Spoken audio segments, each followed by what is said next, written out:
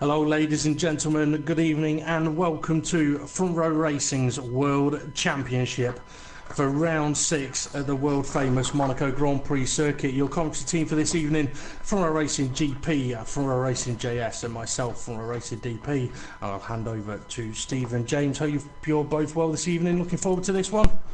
Very well, definitely looking forward to this one. You've got to always look forward to Monaco. James, what's your thoughts on Monaco? Oh, well, I've just had my hobnobs, and yeah, it should be a good one. If it's as good as them hobnobs, it's going to be good. Well, did you have anything moist to dip them in? Because I've got a feeling we may have a bit of moisture around this circuit.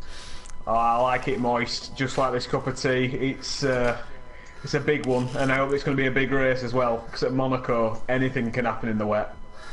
It definitely can. Just want to run through who we've got with us this evening, drivers wise, and then also we're going to go through the race results from round 5 from Spain, and then the championship standings and constructor standings. So first of all, the drivers that we should have with us this evening, we should have Fearless Trailblazers with Temp, Fear and Stocky, GG Well Played Ferrari of Jamie James and Overdyking, Team Banter Williams, GT5 King and Mornay, Danish Dragons Red Bull of Dan Evs and Mr Hamilton 44, Moving Chicane Racing of Killer Corkin, and instead of Duo Finn we have a reserve driver, as Duo Finn is unavailable, and the reserve driver in place is Simo 911.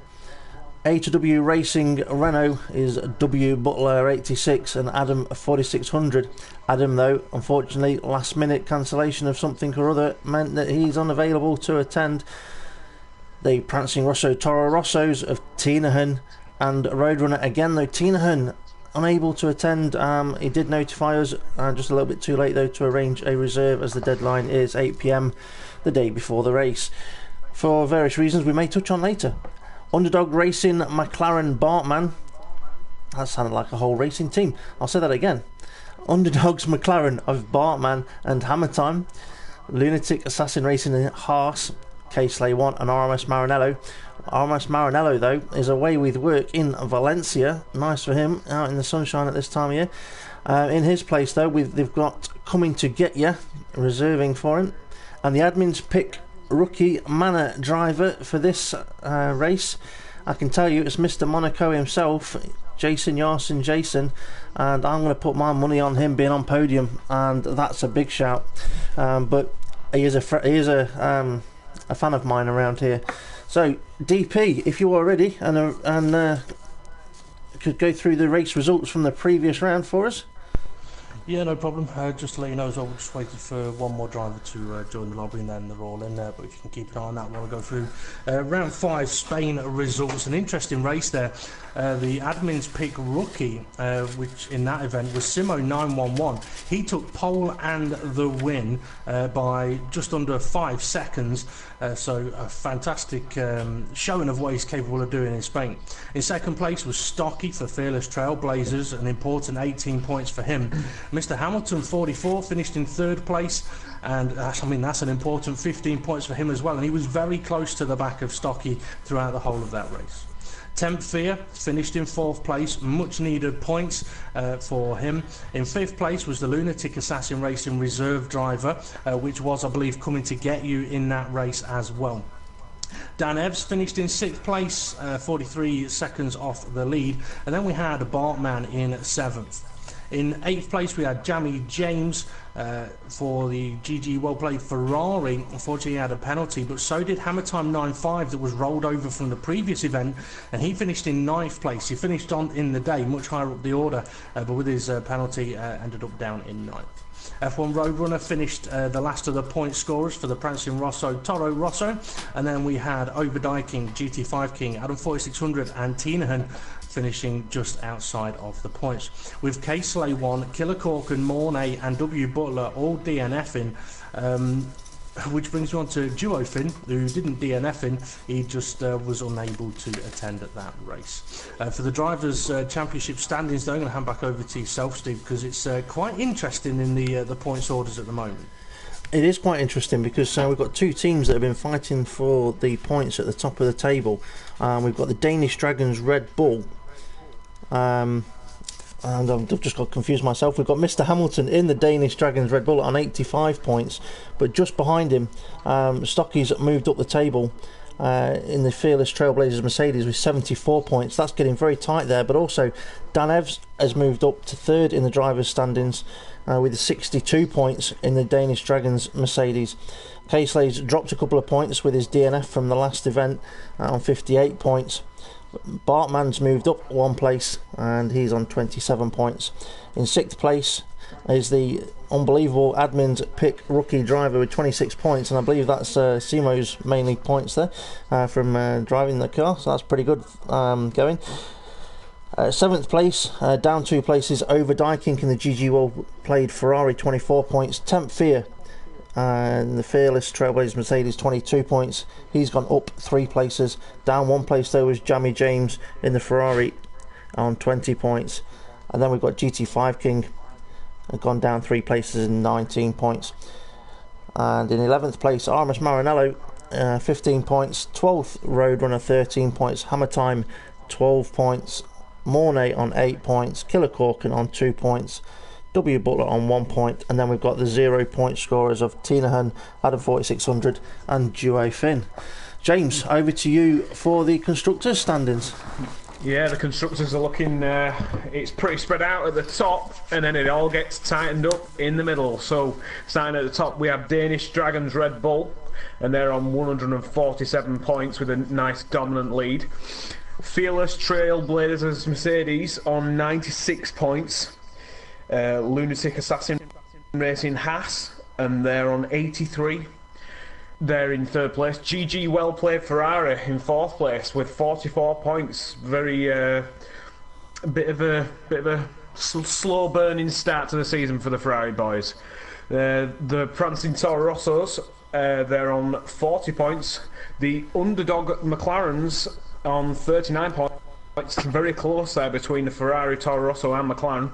Then we've got to jump down to Team Banter Williams with 27 points. FRR Chewbacca Rookie Manor, bit of an odd one there. 26 points. Oh, come on, James. Come on. Chewbacca Wookie. There you go. Thank you. Moving Chicane Racing Force India on 2 points, and rounding it out with A2W Racing Renault with 1 point. Okay, thank you very much, James. DP, do we know who the driver is that's not attending at the moment? Yeah, it's Killer Corkin, who's not in the lobby at the moment. He is online, but he's not showing as being on anything. He has had a few invites sent out to him. So I'll leave it up to you if you want to just hang on for 1 or 2 moments. I'll give out a little bit of info actually. I mean, we're at the Monaco Grand Prix, and we know how important pole position can be around here in Monaco. It can pretty much choose if you've got a chance of winning the race or not. Which brings me to some interesting statistics, because pole position has been very spread out this season. Stocky's got the most pole positions with 2, and then you've got Mr. Hamilton 44 with 1, Bartman with 1, and Simo with 1. Stocky's got 2 wins, Mr. Hamilton's got 1 win, Caseley's got 1 win, and Simo's got 1 win. So Stocky's leading most poles, most wins at the moment, but is that a hint at who could get pole position here at Monaco? Not necessarily, because it only takes 1 millimetre of a mistake and a driver's out of the qualifying session and starting at the back of the grid. So stats don't always tell you exactly what's going to happen, but they could suggest that Stocky, Mr. Hamilton, Simo or Bartman have got a chance of taking the victory here if they can get it on pole position. Sorry to butt in, but this circuit is all about mechanical grip, and the cars, usually in any racing situation, it's all about aero. You may find a bit of a shock result tonight, because you may find a driver that's more used to hustling a car through a corner beats somebody who normally turns in and just expects the front end to grip, and away we go. So we could have a complete shock result tonight. Well, one of the drivers that I know sets the car up because he's mentioned this in the past. That it's just mainly focused on grip around corners. It's coming to get you. That's what he gets his speed from, is in the corners, not necessarily in the straight lines. So it'd be interesting to see how he gets on in qualifying. We are going to get this event on the road, so we will fly over to Monaco, and I can tell everyone that I'm currently staying in Nice, just near Monaco, because I can't afford the fancy restaurants and hotels in Monaco. But James, have you been in the casino recently? Oh yeah, I were spinning away with the red and blacks last night, and I lost a bit of money. So my bet tonight is going to be on. It's a tough one. I'm probably going to say 10th Fee is going to have a good race, and he may get on the podium. Well, mine was Jason for podium. DP, any predictions, any bets at the casino? Making no predictions, no bets at all. Not going to gamble. I'm going to save my pennies. I mean, it's Monaco. Anything can happen. Yeah. I mean, I must admit, this is probably the track that I'm going to miss having raced on most out of all in the season. But yeah, I mean, anyone can win it. It's as simple as that. Anyone could win it. Okay, just looking at the tyre selection on the screen, we've just seen the softer selection and the balanced selection, and there is the harder. It'd be interesting to see which way the drivers decide to go on this. We will be heading over to qualifying very shortly after the tyre screen. So here we go, coming down to land at Monaco, and I'm just wondering whether it's going to be a splash landing or whether it's going to be dry and crisp. Well, what's it going to be? Well, what it is time for the Front Row Racing World Championship Round 6 at Monaco in the dry. Oh, it's looking gloomy though. It's looking grey and gloomy. Yeah, the lads out at front of my commentary box have all got the big jackets on, so it looks like there could be a storm on the way. Let's have a look at the weather forecast. Well, the race says it's going to be bone dry with bright sunshine throughout, but I'm just wondering what the temperatures are going to do in the qualifying session, because that could play a part. I mean, it does say the arrows are pointing as in cooler conditions, but the temperatures are staying the same. But I'm just wondering whether that may have an effect on qualifying if it does maybe drop off in temperature a little bit. The Ferraris are the first cars out on the circuit, and that is over Dyking. Over Dyking, and as we've got a Ferrari out on circuit, DP, I believe we've got a Ferrari with a penalty not rolling, but a penalty from last week or something. Yeah, there's two drivers with penalties for this event. Jamie James 16's got a qualifying ban, but we should see him out on track setting a qualifying ban delta time, so he starts ahead of the broadcast team.